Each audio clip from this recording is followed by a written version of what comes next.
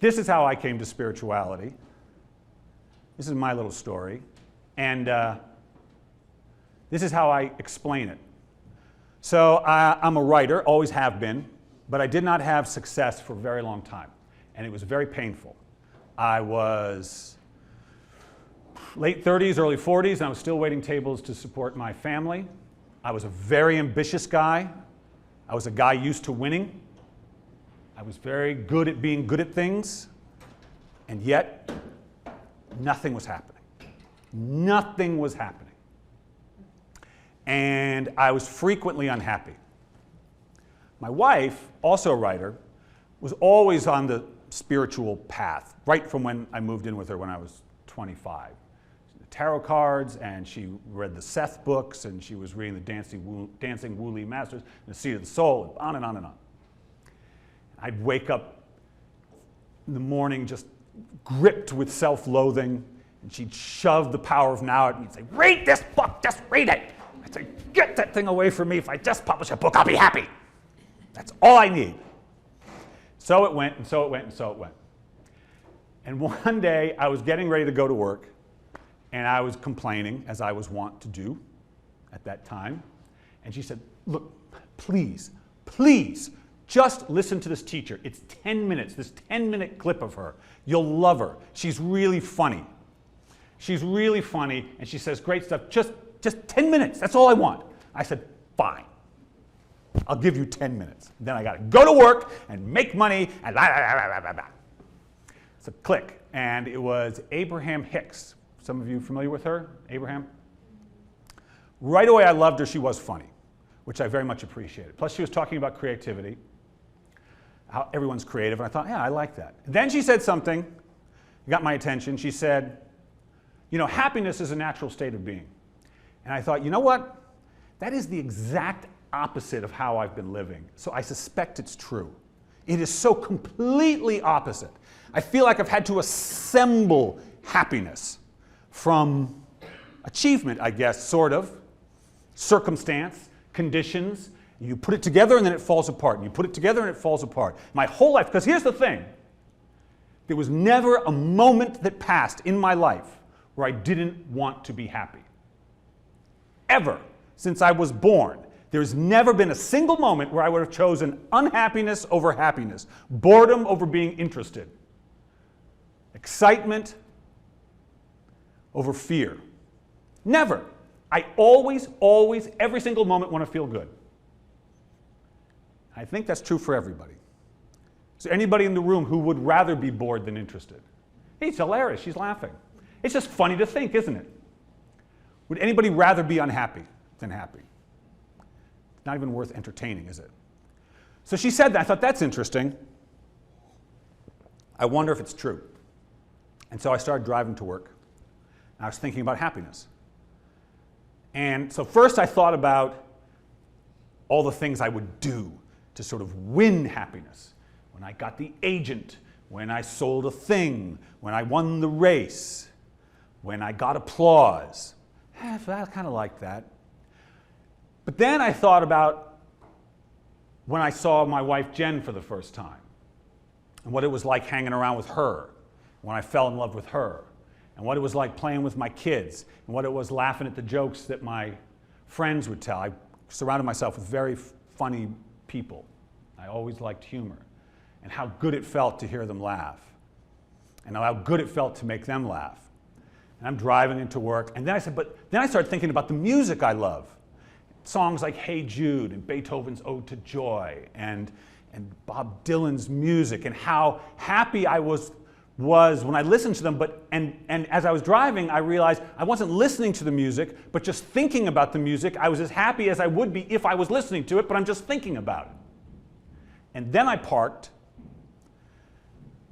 and I turned off the car, and the whole time I'm driving in, happiness for me, the vibration, it sort of runs through my body, and I can feel it sort of running right here. That's where I feel it.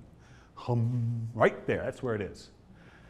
And I'm driving in, happy, happy, happy. And I went from being grumpy to happy, just driving in, thinking about all the things that made me happy. I parked, I turned off the car, and I sat for a moment, and I wasn't thinking about winning, and I wasn't thinking about falling in love, and I wasn't thinking about music. And there it was anyway. It was just there, unconditionally. And that changed it for me. I said, it's always there. My job is to rest in it. And that, to me, is what spirituality is, the awareness and expression of unconditional well-being. Unconditional. It is not connected to the physical, though it's influenced by it. And this has everything to do with writing. And writing has taught me this and taught me this and taught me this. So let me, before I get to what I want to say next, so you all raise your hand. You all are interested in writing. You're all interested in sharing with other people. Answer this question quickly. What's the hard part? What is the hardest part of writing? Time. How many getting started? Yeah. Time. You are getting started is you. We were talking a little bit. Okay, time. How many people say time? Okay, you don't have the time. No. Yes, you do, but that's okay. That's all right. This comes up frequently. What else? What's the other hard part? Getting started, time, yeah? Feeling like it's good enough. Yeah, how many of you worry about it's good enough? Yeah, that's a good one. Anyone else? Inspiration. You got none? You want to be inspired. Yeah. And you feel good when you're inspired and not when you don't. Right. Yeah. Anybody else? Yeah. For me, it's expressing what I'm Actually translating it into words. Yeah. Well, that's expressing. That's just the language I like. But it was just like Anne was saying, I loved your story. I don't know if I can use it for a lot of my students because God knows what they'll think of that. And I don't want them thinking something other than what I'm talking about. But that's exactly it. Something comes to you and something is learned in the translation into language. Because it came to you before language. It comes to you without language. But then the turning it into language changes it. And you find that difficult. Right. Yes. I find it hard to finish one project all the way to completion because I start writing another one. Yeah, and I'm looking at another one, and I'm working on Yeah, another that's right. Yeah. These are all the greatest hits. There's also, for me, especially as a healer and a recovering evangelical, there is about, I feel like something is going to be revealed that I'm not prepared yet to come and talk about. Right. Along the way. So there is this Self-consciousness, yeah. Yeah, that self-consciousness that makes my pen just go. Okay, so here's the thing. How many of you, when you have written, and when you were inspired, and you finally got to the page, and something came through, how many of you had an experience? And maybe it lasted 10 minutes, maybe it lasted an hour, where you sunk into the dream of the thing you're writing. And it's a dream because whatever you're writing about isn't what you're literally doing. Unless you're writing, I'm writing.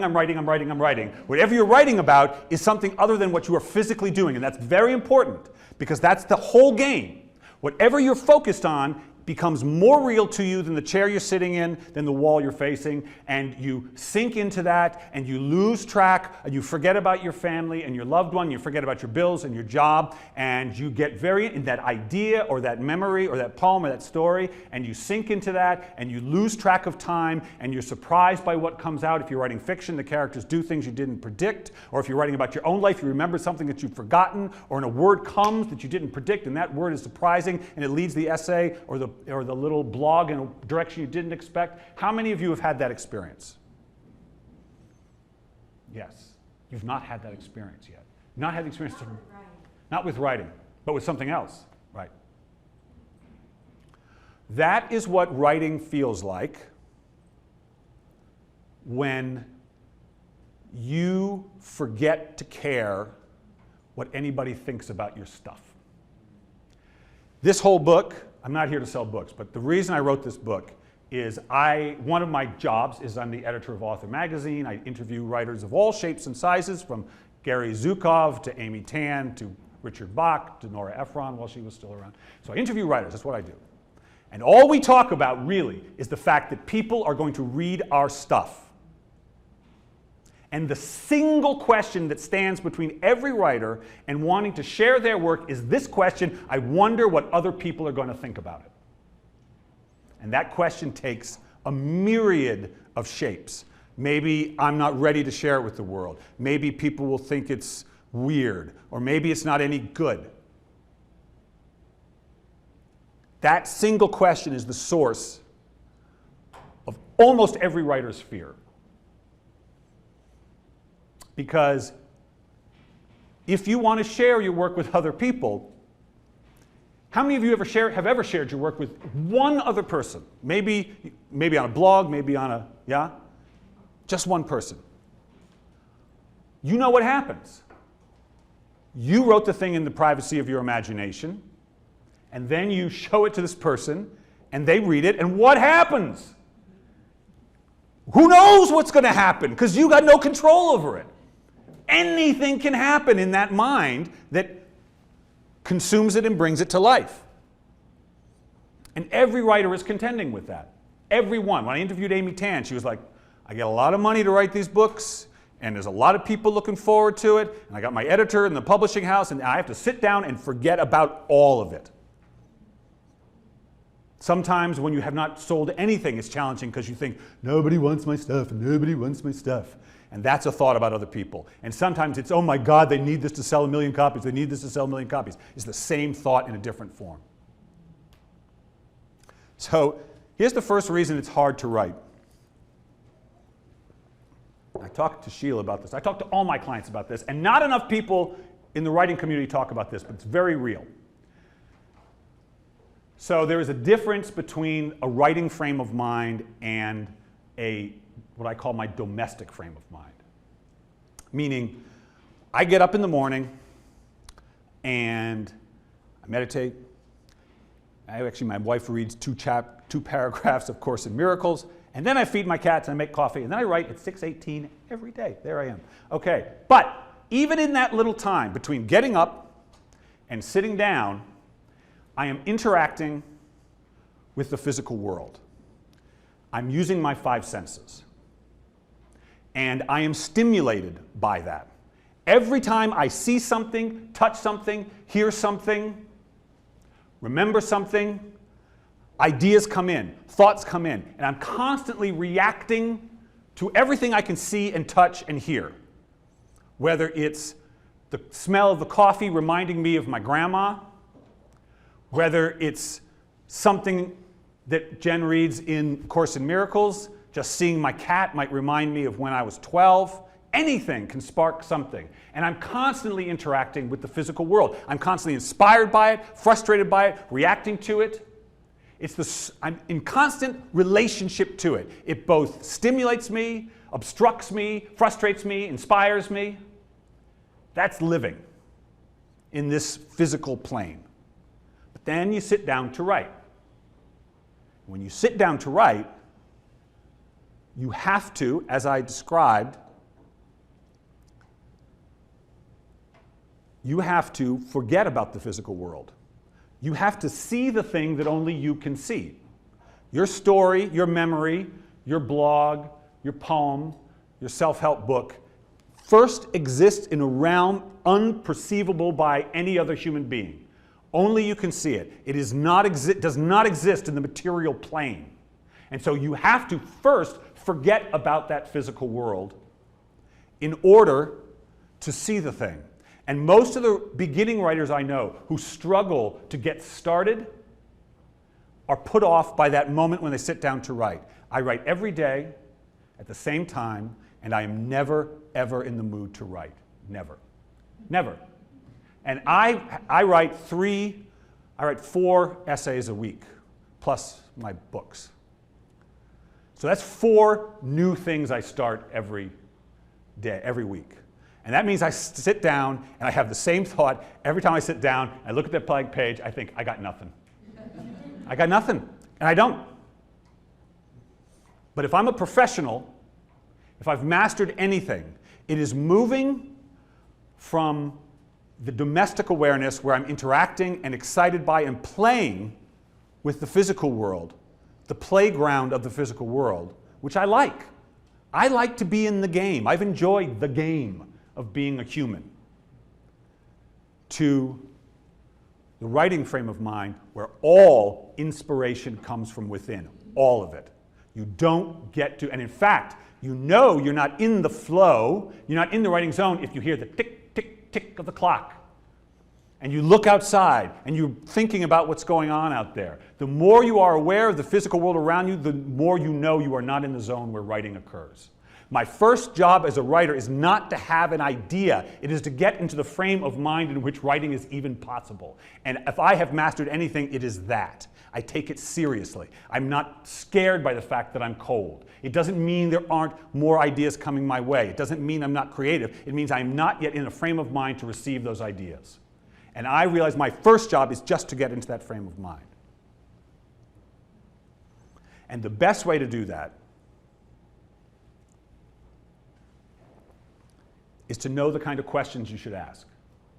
And in my mind, there's only 2 questions anyone writing should ever be asking. And the first question is, what do I want to say? And the second question is, have I said it? What do I want to say? And have I said it? What do I want to say? Have I said it? When I found those 2 questions, my writing life changed significantly. Why? What do I want to say? That means you're saying to yourself, what am I interested in, not because of where it will take me, not because I'll sell it, not because people will be impressed by it, not because it will make me a lot of money. What am I interested in simply because I'm interested in it? Not are other people interested in it. Just am I interested in it? The only evidence that Shakespeare and Emily Dickinson and Stephen King and I and all the other writers ever get that their stuff is worth sharing with other people is the fact that they're interested in it. That's all you get. I'm interested in it. I think it's interesting. It's such a simple thing, but I will tell you, a lot of people spend their life checking with other people to see if what they're interested in is actually interesting. What are you curious about? When you lay your attention on it, can you not take your attention off? I met this writer, David Laskin. He's a nonfiction writer. And I was thinking about this a lot. And I said to him, I said, David, I just met him at a writer's conference. I said, David, I think the difference between the experienced writer and the beginning writer is the experienced writer understands the value of curiosity, their own curiosity. He said, oh, yes, yes, yes. That's absolutely true. I said, oh, so glad you agree with me. I like you even more now. And I said, okay, so for instance, I said, what was your first book? Because David had written journalism. He had written for like the New York Times and the Washington Post, a lot of big newspapers, but then he moved to books.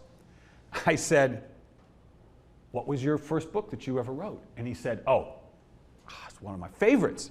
He said it was The History of the Weather in the United States. And I said, this is a perfect example, because that sounds very boring to me. And he said, no. The weather, he said, are you kidding? To be able to look out over the horizon and up at the sky and know what's happening over there is going to happen over here. And moreover, what happens in the sky, whether it rains or snows or is cold or warm, determines what kind of growth there is in the ground, and what kind of growth there is in the ground determines who moves there, and who moves there determines the society. It all starts with the weather, don't you see? It all starts with the weather. I said, David, that is so true. I am still not interested, but that doesn't matter. I'm not. I'm never going to read that book. I don't care. But he did. And that was enough. He let that, and if he had come to me early on, and I was not so wise, and he had said to me, Bill, should I write this book about the weather? And I checked in with myself and thought, I don't want to read that book. I would have, and said, no, you shouldn't, because I don't want to read it. Perhaps he wouldn't have written it. It's not so simple. It's unconditional love for the story you're telling. It's unconditional love, really, for yourself. Because there is nothing more unique to you than what you're interested in. You know why? You can't stop being interested in it even if people tell you not to be. You can squish it down, you can take drugs, You can try to kill yourself, but you will. Some people will, to end the pain. Many writers, that's the avenue they take. There's a good reason for it. Not saying that you're all headed there if you're interested in writing, but the pain is great. The pain of denying it is great, and death is one way to end it. You can't stop being interested in what you're interested in. So what do I want to say? What do I want to say? So you ask a question. And this is the part you guys probably have an easier time with, which is if you're the one asking the question, you can't be the one answering it. You just can't. And for me, writing got way easier when I understood it as a relationship, not as a thing I'm doing. It's really a relationship. You can call it God, source energy, muse, spirit angel, I don't care. It doesn't matter. That which answers the question. My job was to be interested and to show up and to ask a question and then wait. And then wait until something answers it. Writing is really listening. So when you were describing your thing, I'm interested in psychics, what we call psychics, because it's so close. In fact, it was interesting when Jen told me about Abraham Hicks. She said, no, I should tell you, she's a channeler. And I said, I don't care. I said, I've written, and she can call it what she wants, and something happens when I write. We can call it channeling, we can call it whatever you want, but I know there's something happening, and it's not me thinking. It's not the same. But I'm fascinated by the story you have, because what you described is so similar to writing. You're using the focus of the envelope. But the writers, if I knew what I was going to write, I wouldn't write. It would be too boring. I want the discovery. And so I ask, and then something comes. Usually I say, okay, I need to write about fear. When was I afraid? When was I afraid recently? And I think about fear, and then, oh yeah, there was that time at that store. Oh yeah, okay. And now I start seeing it. Now I start translating it. I suspect you guys would have an easier time of it. Ma'am, what was your name? I'm sorry. Me? Yeah, you said you have trouble with inspiration. Oh, no. No, you. What was your? Explain. Say it the way you meant to say it. Just that some days it really comes, and other days, or months, or whatever, I don't feel like writing. I have nothing Right. I want to say right now. And so I believe that you always have something you want to say. Like I said, I'm never in the mood. But I do have to wait until my mood descends to the level of my inspiration. And then it comes. But I never start there. Almost never. So here's something interesting about the imagination. This is very important. Imagination is so powerful, right? What do I want to say and have I said it? I'll come to the have I said it part. But so I met this young man. He said, I said, what do you want to write? He said, I got no ideas. I said, really? Everybody's got some ideas. I said, well, I have one idea, but it's stupid. And so I don't want to write it. And I said, how do you know it's stupid? And he said, well, there's this friend of mine who's really smart, and I told him the idea. He told me it was stupid, and I'm just not going to write it. And I said, okay, just tell me what it is. We're all friends here. And he said, no, I don't want to. I said, please. I said, okay, fine. Okay, fine, he said. I'll tell you what it is. He said, I want to write about Kung Fu pirates. And I said, okay. He said, but it's stupid. I said, are Kung Fu pirates boring? He said, are you kidding? He said, Kung Fu pirates? No way. They're awesome. I said, what's awesome about it? I said, what's not awesome about them? I mean, first of all, he was like, all pirates should have done Kung Fu. That's clear. And can't you see them, up on the mizzen mast or whatever it is, doing their Kung Fu while the waves are crashing and all the other Kung Fu. It's so cool. I said, it isn't so stupid, is it? No, it wasn't. You see, he couldn't stop being interested. And this is what you do. Don't ever ask a writer, what are you writing about? Because they will tell you. And they will not stop. Little pinprick and then, phew. So there you are. So let's say you're writing, okay? And this is the way the imagination works. It's so powerful. You're writing along and say, okay, I want to write about Kung Fu pirates. Okay, who's the pirate? How old is he? What does he look like? He said, oh, it's a she, actually. Oh, even better. Okay, fine. Why? Where did she learn Kung Fu? Why is she doing Kung Fu? Who's her enemy? Who's she in love with? Who's she not in love with? And you're asking all these questions, and your mind is answering. You're asking, and your imagination is asking. Because every question you ask your imagination, it will answer. It always does, always, always, always. It may answer it right away, or you may have to wait an hour and be taking a shower for the idea to come, but the answer always comes, always comes. And if you're really cooking along, you're sitting there writing, oh, what do I want? Kung Fu Pirates. Oh, it's so cool. And you're writing it down, oh, the Kung Fu Pirate, now they're doing it. And you're doing all this, and it's great, and you're caught up in the flow, and you're all excited, and you're seeing it, seeing it, seeing it. And then you come to a point in the story, and you're not sure what's coming next, and you go, oh, I like this. This is really cool. I wonder, what if nobody else likes it? You say to yourself. And here's the problem with that question. The imagination, the muse, if you will, does not differentiate between questions that you ask it to tell stories and other questions. So 1 minute, you are asking it about Kung Fu Pirates, and it's showing it to you, and you are experiencing that world that doesn't exist, that you're making up, as real as if it is. Hopefully you feel like you're on the boat. You can feel the spray of the water. Your characters are saying things, and you're watching them. It's almost like watching a movie. It's all so real. Your imagination can make it so real for you that you can enter it virtually and recreate it on the page. That's what the imagination can do, and all because you asked it questions. And then you say to it, what if nobody likes it? The imagination says, oh, you want to see a world where nobody likes your stuff? I can show you that too, because I'll show you anything. And the next thing you know, you're looking at a science fiction dystopia where nobody likes your stuff. And it's just as real as the Kung Fu Pirates. And you go, oh, I don't want to go there, and this book I'm writing is taking me there. And it all happens like that. It all happens like that. That's why the second question of, have I said it, is so important. It's another way of asking is it accurate? In other words, is what's on the page as cool, as meaningful, as profound, as interesting as what came to me in my imagination? Now, as Anne pointed out, it's probably going to be cooler, richer, more real. It's like imagining a conversation and having a conversation. It's like remembering your best friend and then being with your best friend. Remembering your best friend is good, but being with them, all the details that you forgot are filled in. And so you translate what was up here to what's on the page, and you look at it and you ask yourself, is this what I meant to say? Because sometimes it isn't. As my friend, she didn't give me her name, but she has trouble translating it back there into words sometimes. Sometimes it doesn't come out the way you want it to. Or when you do translate, you go, because this happens too. It's like, it's actually not that interesting now that I see it. That happens with me. I write music too, and I'll say, oh, it sounds so cool. Then I'll play it, and I go, no, it's actually not as interesting as I thought it would be in my mind.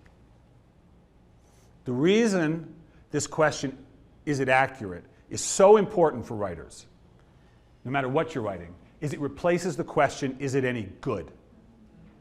Yeah? Is it any good? Which is code for what do other people think of it. What do other people think of it? I'm going to tell you a story about good. I have a friend named Erica Bauermeister, who's a novelist. Is in Port Townsend, actually. And she published her first novel. It was a literary novel by Penguin, and so it's a literary novel with a big publishing house, and so it got reviewed by all the big papers, big US papers. And when you publish literary fiction, part of the way they judge it is by how strong your sentences are. Can you write a good, creative, original, vivid sentence? That's where you make your bones sometimes as a literary writer, as a genre of fiction. And so, reviewers will, to prove their point of whether they value your work or not, they will quote you. And so what happened is she published her first book, and like the Chicago Tribune said, oh, promising debut by Ms. Bauermeister, made all the better by her muscular relationship to the English language. For instance, this gem from the middle of the book, The people jostled on the train like potatoes boiling in a pot. That was the quote. Then the Washington Post said, Miss Bauermeister showed promise. Unfortunately, the book dragged under the weight of her ponderous prose. For instance, this clunker from the middle of the book, the people jostled on the train like potatoes boiling in a pot. It's hilarious, but it's not. Those are professional writers. Usually they're novelists. This is what they do for a living. They write sentences every day and try to make them as good as they can. And one professional writer looked at a sentence and said, this is an example of a good sentence. Another one said, this is an example of a bad sentence. And that ended forever, in my mind, the debate I was quietly having, that somehow good can be measured externally. It can't. You have to give it up.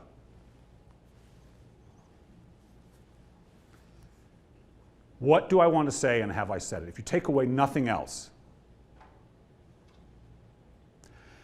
But I'll say something else, and then I want to come back to time, which is a bitch for some writers.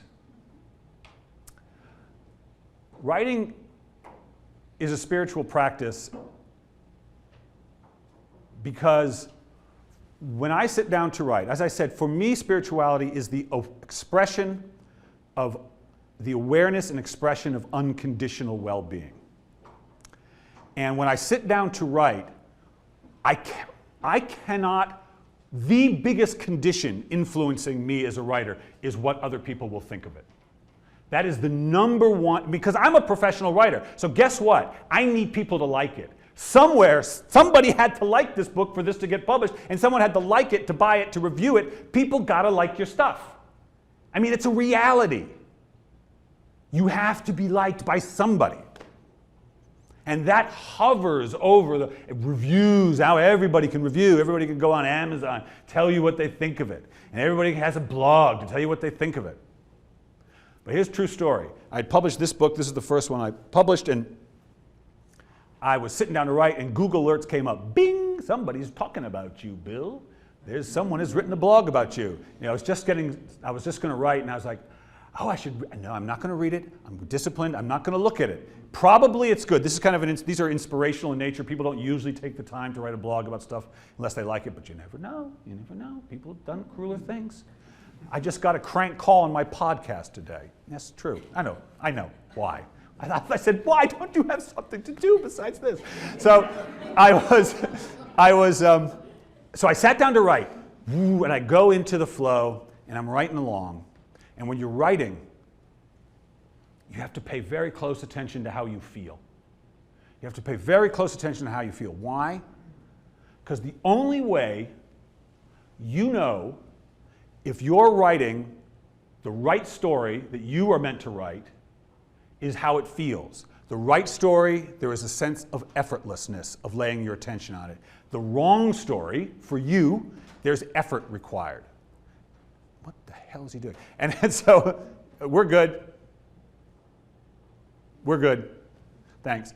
And so the only way to know if you are writing the right scene or the right sentence or the right word is to understand the difference between the effortlessness of the right scene, sentence, or word and the effort required to put the wrong sentence. Think about like watching television, how effortless it is when you're watching something you're interested in, or if you're with your partner and you're like, can we please watch this? I really want to. And you're like, okay, I'll try to. Or if you were in school and you weren't interested in math, but you got to do the math, so you make yourself do the math. And blah, blah, blah. But with something you're interested in, there's effortless. So as a writer, you're always paying attention to how you feel. And because the only way to know if it's the right word is that it feels effortless. Effort and effortless, effort and effortless. That's always what I'm doing. And when you see, if you were to watch me write, God help you, but if you were to do that, what you would see is someone doing this a lot. And what I'm doing is I'm testing. Ideas are coming and I'm feeling effort, effort, effort, effort, effort, no. That's the way. That's all I'm testing. Effort, effort, effort. Resistance, resistance, no resistance. Also, the only way to know if you're wondering, or one of the ways to know, but the easiest way to know if you're starting to wonder what other people think of your stuff, or if it's any good, or if there's a market for it, or if it's been said before, or what would Gary Zukov think of it? What would my writing group think of it? The surest way to know if you're asking yourself that question is if you are depressed, if you are hopeless, if you feel like a failure, if you feel blocked. Every single time you wonder what people think of your stuff, you will feel bad by degrees, depending on how long you think about it. Not maybe, every single time. It is like putting your hand on the burner every single time. It is as sure as that. It is as dependable as that. That is your guidance system that absolutely loves you, but can only speak to you in effort and effortlessness, pleasure and pain, discomfort and ease. Yeah? So you've got to be tuned in all the time. So if you, yeah. How do you let go of what will other people think while writing to market? So that's an interesting question because describe writing to market. Writing to market in the sense Writing that you know you want to sell it, you mean? believing that there's an audience. Right. And so here's the challenge about that. And it's the lesson that every writer who has a market discovers. When I started writing these essays, I was writing them as a blog first. I was doing 5 a week for Author magazine. And my webmaster said, okay, Bill, we need daily content, so write a blog every day. And I was like, I can't do that. He said, just do it about query letters and agents. I said, all the stuff I'm not interested in, you got it, I can do that. So I started doing that and I quickly got bored. I said, I'm gonna give them spirituality on the down low. They're not gonna know it, but that's what I'm gonna give them. I sneak it in. And so that's what I started doing. I said, but you know what, it doesn't matter because nobody's reading it. It doesn't matter, because no one reads online. This was a few years ago. I thought no one's actually reading it. That was the lie I told myself, which allowed me to say, well, I'll just write whatever the hell I want. 2 things happened. Every time I started it, the point of my essays was always the same. I only ever said one thing, which is everything's okay, even when it looks like everything's not okay. Everything's okay, even when it looks like everything's not okay. So every essay would begin with maybe everything's not okay. It would end with everything's okay. So and the only way to write it convincingly is to believe it. And so every time I kind of start with that feeling of whatever, and so I would end the essay feeling better, feeling that everything's okay, and I would say, well, I'm good. If no one ever reads this, I at least feel better. I convinced myself of the very thing I'm trying to teach people. And of course, gradually, the more I let myself write that, the more I gave over to the stuff I was absolutely interested in, the more people came to me and said, God, it's just what I need to hear. Thank you. They started talking about my thing the way I was thinking about it. And so that was the long answer. The short answer is if you let yourself write the thing you're most interested in, you give yourself the only chance you have of finding an audience, and you don't know who they are yet. Your job is to forget about the audience to find the audience. It's a weird yin-yang. To write something that other people will appreciate, you have to forget about them. You have to. I know there are some writers who say, okay, what do women ages 35 to 55 want? Okay, now young people ages, and I don't even know how to do that because they're not in the room with me. All I know is what I'm interested in. It was what? It's finding the freedom. There's just like lots of paradoxes in it. There are, and what you will discover, and right now, if you're starting out, it seems all complicated and mysterious. But if you actually pursue it, you learn the formula is very simple. Amuse myself, they will be amused. Move myself, they will be moved. It's hard to believe until it happens, and then it is so simple and so obvious. So that's going back to the effortless, the flow. Absolutely. Thank you. And so there I was, writing along, and we're still in the middle of the story. It's a good one. And so I was, I remember, but I was cooking along. I was in the flow. And this is important, I was really tuned in to my emotional awareness. So it was really, because also when you're writing about, here's a little writing tip for you. This is a crafty thing. You never write about what happens, you write about what it feels like when something's happening. The currency for human beings is feelings. They don't care about it's raining, they want to know what it feels like when it's raining. They don't care about the fact that there's a dragon. What does it feel like to be in front of a dragon? I was writing in Fearless Writing about the difference between how it feels to worry about what people care about my stuff and how effortless and wonderful it feels when I stop. It's always the felt experience of life that you're writing about. And if you're going to write about the felt experience of life, you've got to be tuned into the felt experience of life. So you're feeling for the right word, you're feeling about whether you're doubting yourself, and you're just feeling the thing you're writing about. It's just feeling, feeling, feeling, feeling. That's all you're doing. So very tuned into it. It's very alive, very centered, and finish my piece. Oh, yeah. Oh, that thing. Someone's going to say something nice about me. Okay, so I go on to it, and I read the blog, and yes, She loved Write Within Yourself. She was saying all the things that writers believe they want to have people say about the things they've written. And as I was reading it, I began to feel something familiar in me, a sort of a tingly thing that I used to call excitement. But I had just been writing, and so I had just been tuned into how I feel in a fine way. And when you write, you want to know the difference between rage and despair, and love and lust, and there's all these fine, one thing and another. And so as I was noticing how I felt, I said, no, that's not excitement, that's fear. Because by me looking to her to tell me whether this thing was worth writing, I was putting all my values work in her, even though she loved it. And so it was the exact same experience as if she didn't like it. I was looking to her to tell me its value. There was no difference between the praise and the criticism. That's what Georgia O'Keeffe said. She said, I decided for myself, praise and criticism went down the same drain, and I was free. But we have to keep remembering that one. So how many people said they had to find time was the thing? 1, 2. Only 2. No one else? Everyone else? I agree with that, though. Yeah. How many of you worry when you write that it's a waste of time? It might be a waste of time. You do? For me, it's not that it's a waste of time, it's that time is out of sync with my brain and what's flowing through me. I can't Explain keep that up. to me. These hands can't keep up With the ideas that are with the coming. ideas, and then so I get going, and then I lose something that I knew that I had 90 seconds earlier. Right. It's like, I still don't quite understand it. So something will come to me and I want to start putting it down, I start writing, and like the thoughts are coming faster than my hands can get them on the screen through the keyboard or on paper or whatever medium. And then at some point I realized I had something else and I can't remember what it is. It was gone. It's like it was there and now I lost that piece. So here's the thing, it doesn't matter. One thing I've understood about writing is, I come in, so I'll be walking along, ooh, I got a good idea. I'm going to go to the page and I'm going to write that good idea down. And then I sit down, and then there's the blank page, and the blank page will tell you just how good that idea is. Because what is up here and what's down there, never the same thing. And I've learned never to decide ahead of time, I know how good a thing might be. Sometimes I'm right. I have an idea and I think it'll be good and it comes out that way. But I've learned that my job is to show up and see what actually wants to be said. That what comes forward first is what you actually are wanting to write about. And so the thing you thought was so important that didn't come forward, it doesn't matter that it didn't come forward. Show up with whatever's there. Because everybody who's trying to write, if they're not writing all the time, the thing that wants to get said will get said, despite what you think you want to say.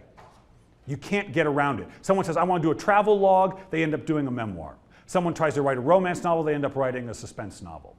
The thing that wants to get said, gets said. Does that make sense? So let it go. It doesn't matter.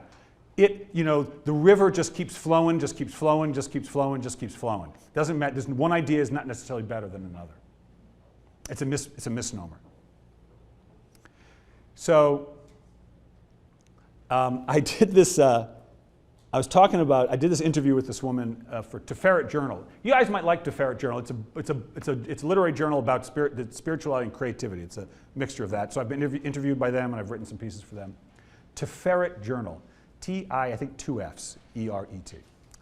And so they were interviewing me for Fearless Writing, and I was talking about confidence in it. And the woman, Gail Brandeis, she's a novelist and memoirist, was like, you talk about confidence. She says, I don't like confidence. I think of confidence and it seems like the guy in the room who's like bragging and bossing everybody around. I said, no, that's not, but it got me thinking about confidence. And I thought about it, and I thought about it, and I thought about it. And here's what I think confidence is, and I think this is what my next book's going to be about. But, so, my son was diagnosed on the autism spectrum when he was 5 or whatever, and 7, I guess. And he would do a lot of weird stuff as the kids on the spectrum, especially when he was young. He would flap, he would hum, he'd thump and thump on his chest, and he would really talk to himself and not other people. And so we tried to fix him, as we are wont to do. It didn't work. The only way I could help him was the only way I could teach him, be with him and be his father, is if I didn't try to fix him, but just try to be with him. I only got ideas for how to be his father, the best thing to say, the best thing to do at that moment if I didn't try to fix him. But the only way I couldn't try to fix him is if I didn't think he was broken. But the only way I could see him as not broken is if no one was broken. Because if anyone's broken, the kid who flaps and hums and thumps on his chest and doesn't pay attention to anything sure looks broken, because how can he thrive in the world? But I thought I was broken sometimes because I was 40 years old and I couldn't publish. Or my father was broken because of all those crazy frickin' things he'd say to me. Or the president, or blah, blah, blah, everybody. It seemed like there were broken people everywhere. The only way I could be his father is if no one on earth was broken ever, ever, ever. And so I began to practice seeing a world without broken people. One of the questions writers ask themselves when they sit down to write is, do I have what it takes? Am I talented? Because some seem to and some seem not to, you know? The one who wants to write, he wanted to write, but he just didn't have what it took. He just didn't have the talent, the creativity. And I was 40 years old and not selling stuff, and I thought I had what it took, but maybe I didn't. And to some degree, I would sit down every day to answer that question. Am I good enough? Am I good enough? I'll prove it with a published book.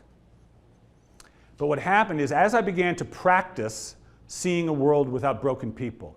So I'd see someone, and they'd be doing something that I didn't understand. But then it was great because Sawyer was doing so many things I didn't understand, and I learned to look past the veil of his behavior, the veil of his words and his behavior, to something that lay beneath that was exactly like me. So like me, it was weird. I could see he was just me turned up to 11, you know. The same desire to retreat from people when I wasn't interested, the same desire not to be affected by what other people were saying and doing. I could see past his veil. I began to see past the veil of people I would meet and see the fear beneath their behavior and their words, to see just that which is looking for love beneath their behavior and words. It was a great practice. I practiced it and practiced it and practiced it. And somehow I didn't really what I practiced was going to the place within me that did not believe in broken people and couldn't see them. And I sat down to write, and I realized one day I had written from that same place. And it was the place, because if I'm going to write, I have to have what it takes. The same way if I want to bake bread, I have to have flour, right? I have to have it, the mysterious it. And I concluded the only way, just like the only way I know Sawyer wasn't broken is if no one is. The only way I know I have what it takes is if everybody does. Period. Forever.